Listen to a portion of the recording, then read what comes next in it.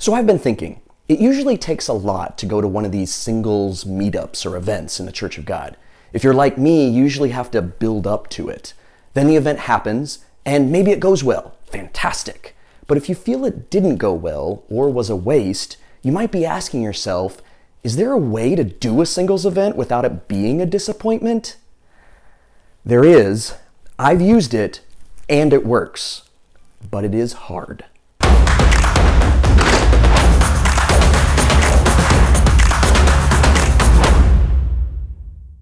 Disappointment generally comes from some expectation not being met. What I've found is that some of us have accidentally made finding a special someone our number one focus and expectation in going to these events. And since 90% of the time we didn't find anyone, we chalk that get-together up as a failure. But there is another way at looking at this so we can set ourselves up for success. The stated intent of singles mixers have always been primarily for people to get to know each other. Some go to these events with that intent, but the rest of us usually fall into that common trap of letting our own minds accidentally shift our focus into hopeful romantic mode. This is not a weird effect or bad, but it is usually not very helpful. What is helpful is what we're doing at the Feast of Tabernacles in Branson 2021.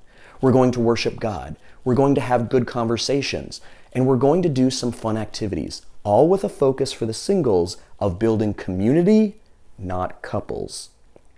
God hears our prayers about our desire for a mate, and what's hard is having the patience for God to show His awesomeness in working out some real special timing and circumstances. The more helpful focus for us now is to find friends in a similar season of life that can encourage us and understand what it's like to ride solo.